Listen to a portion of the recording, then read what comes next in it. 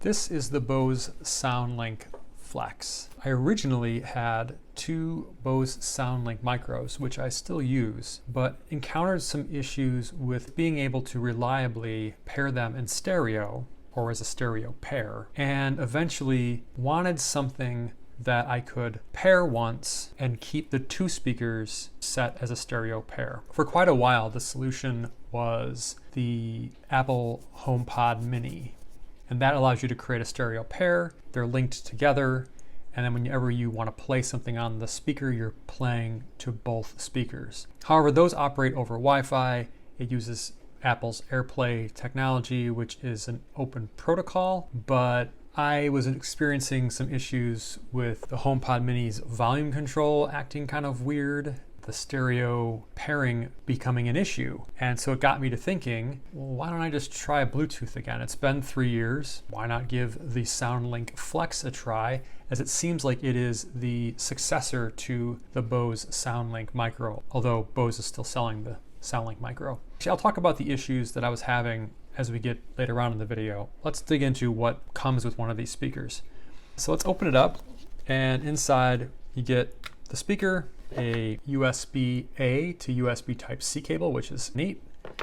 This is wrapped, pardon the noise, but it is wrapped in plastic. It is quite a beautiful speaker. I got it in the white smoke color, which on the website looked a little pinkish, but it's not. It's a very deep white. It's not just a pure white, which I like that quite a bit. There's just manuals and safety instructions in a variety of languages in this, and basically it tells you to go to use the Bose Connect app, which I've used before with the Soundlink Micro. So I wasn't expecting the app to be different. I'll get to in a minute what happened when I was using the app. A couple things about the speaker. The nice thing about Bose speakers is they are third-party tested. So they are, in this case, UL listed, and that also applies to the battery itself. The battery is a UL recognized battery.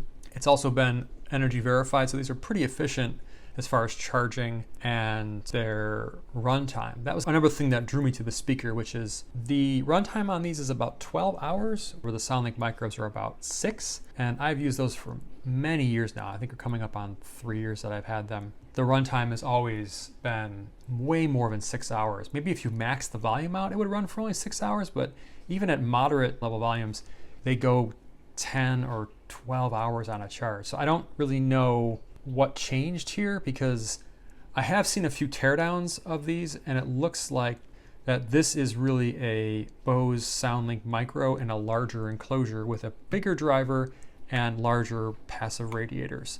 But the amplifier, the microcontroller, and Bluetooth module are the same from the Soundlink Micro to here. And I'll get into more as to why I think that, give you some more evidence to that. There is this position IQ technology that this speaker has, which apparently has some way of being able to determine what orientation the speaker's in, like if it's laying flat or if it's sitting up, upright like this, or if it's being hung up by its loop, which I find that it did not really sound any different no matter which way I oriented the speaker. Now maybe that's good because it sounded the same.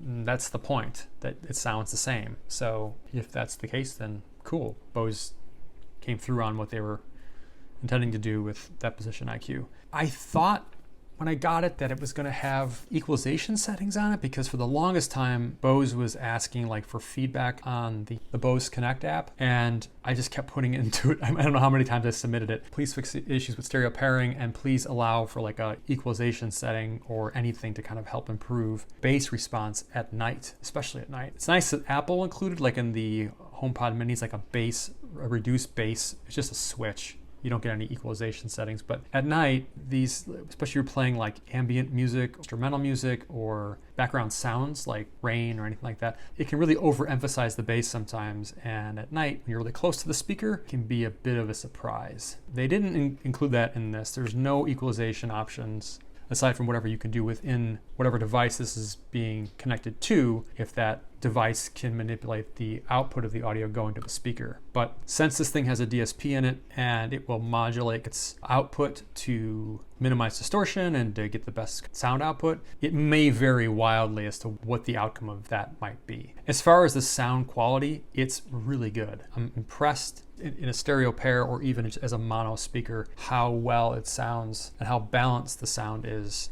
both in the higher frequency range and in the lower frequency range. So it doesn't just kind of roll off on the high frequency range. And there are some sites out there that do more intense testing as far as frequency response. In my quick test, where I was just using a waveform generator that was going through Bluetooth, because this doesn't have a direct input jack, it does seem like it can go down to about maybe 80 hertz and then up to about 15 kilohertz, maybe a little higher than that, but that's kind of where it seemed to cut off.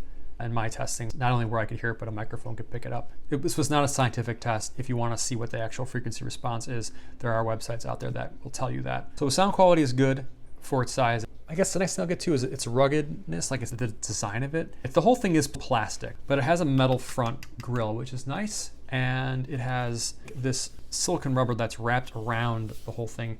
Now, unlike the Bose Soundlink Micro, it doesn't go across the front of it, so it's not like impact resistant on all four sides, but they put the metal grill on the front, and I guess that's your impact resistance on the front. You might get a few scratches on it, but it's still got impact resistance on that. As far as setup, it's super easy to set this thing up. It's you follow the prompts. I'm just going to turn it on. Battery 20%. Ready to connect. To start setup, download the Bose Connect app. And that's it. You follow the instructions after you download the Bose Connect app, and we're off to the races. Now, the issues I have with the app, if you've watched this far in the video, if you're looking to buy one of these speakers, awesome. I think it's a really great speaker. Those of us that want to buy this and use it in a stereo pair and have them as stereo speakers, ability to place them and get some stereo imaging, a few feet apart. And that's where I'm a bit disappointed in what Bose did here, because it doesn't seem like much has changed, if anything has changed, since the Bose Soundlink Micro. When you set it up, you're in the app, and the app will find one of the speakers, you pair it using your settings app and go through the whole kind of manual setup, even though this thing has both Bluetooth, I think it's 4.2, and then Bluetooth low energy, which is strange because you would think it'd be able to pair a little easier than that, but no, you have to go into the app or go into your settings and select it, and then go back to the app and it'll find the speaker, and you're on your way with that. Within the speaker, you can do firmware updates, although there were no firmware updates for this at the time, and a few other things related to the speaker. You can name it. But then when you want to pair it, you have an option to turn the voice prompts on or off. And I prefer to have them off because I don't need the speaker telling me what's going on all the time. Like, if I want it on, I want it on. If I don't want it on, turn it off. So I turned it off, and the issue that I have with it, the primary issue that I have with it, is twofold. Actually, it is two issues. One, turning off voice prompts turns off most of the voice prompts. It doesn't turn off voice prompts when it's going into this pairing mode, which it will start to talk while you're pairing it. So it's in Party mode. Stereo mode. Left, right. Party mode. Those speakers unlinked. The problem is if you're doing this at night, you don't want to make a lot of noise because you know, sleeping and you don't want to be looking at the app or anything like that. You want to just turn something on. It's quite loud. It's not volume dependent. So even if you turn the speakers all the way down, prompt volume is just set. So it's just the same volume. That's kind of annoying. And I've sent feedback to Bose saying, please turn off all the prompts, and you can play tones, like identify the left speaker with a certain tone and the right speaker with a certain tone, and tell me in the app what the tones are. And then I learn what the tones are, and then I know that I've got them oriented correctly. It brings me to, even with the voice, the audio that's playing back through the speaker sounds identical to what plays through the Bose Soundlink Micro. And the second part, which is even a more frustrating piece about this when you're operating it in party or stereo mode, is that it doesn't work all the time. I've got maybe a 50% success rate of getting these two speakers, which have been paired to my phone and paired to nothing else, to be able to repair to each other without me having to go and like power the speaker on, manually connect it to my phone again. Once it connects, go back, repeat the process, and I get these oops, sorry error messages that are, frankly, it's disappointing that a speaker that came out, I think, late last year, which is now almost 3 years older than when the Soundlink Micro came out, if not longer, I think maybe 4 years, that they haven't really improved that feature. And it's a big thing. They even talk about how it has this simple sync connectivity, which I don't know what that means. It's not available on the Bose Soundlink Micro. So I thought, oh, it's some new technology to help make the speaker pair more easily. I don't know what it's supposed to do, but it does not make it easier. In fact, I had the same issue with the Micros 3 years ago, which is why I looked to get the HomePod Minis, and we're back to the same sort of an issue with this. So if you're looking to use this for party mode, which is both speakers in mono, I wish they would call it that instead of party mode, but whatever, party mode, or stereo mode, if you're looking to buy a pair of these, which you might find it disappointing because the other thing is that the speaker doesn't remember that it's been paired. So once the speakers go to sleep, the prompt also comes on and tells you that the speakers have unlinked, which is another check in the annoyance category for voice prompts being off and it not actually turning off all the voice prompts. It always makes a sound when they unlink. Why they're unlinking is because there is a timer that you can set in the app for how long the speaker stays on before it goes to sleep. And I set it for I think it's like an hour, and then the speakers will go to sleep. When you turn the speakers back on again, they do not remember that they've been paired, which is quite annoying. So you have to go back, repair the speakers whenever you want to use them in stereo mode. So I found myself going back to the HomePod Minis because you link them and that's it, they're done.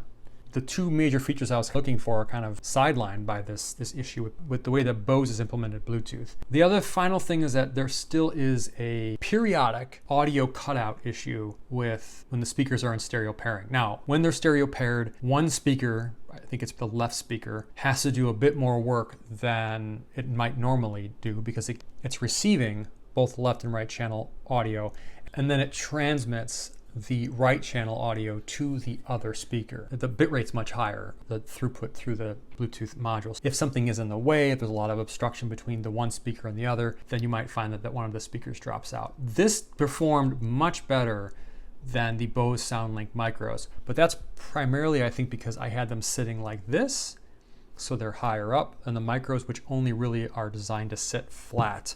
And so the antenna is definitely low to whatever surface it's on, and it can affect its performance. By and large, once everything was connected during the time that it was playing, it worked really well. But the means by which you set it up, the prompts are quite loud when you've already turned them off. And the fact that it has about a 50% success rate of being able to re-pair to a speaker that it was previously paired to on the same device, the same phone or the same tablet or whatever it is, it just loses its appeal if you're looking to use it in stereo or party mode. That being said, it does have USB-C, which is a nice addition.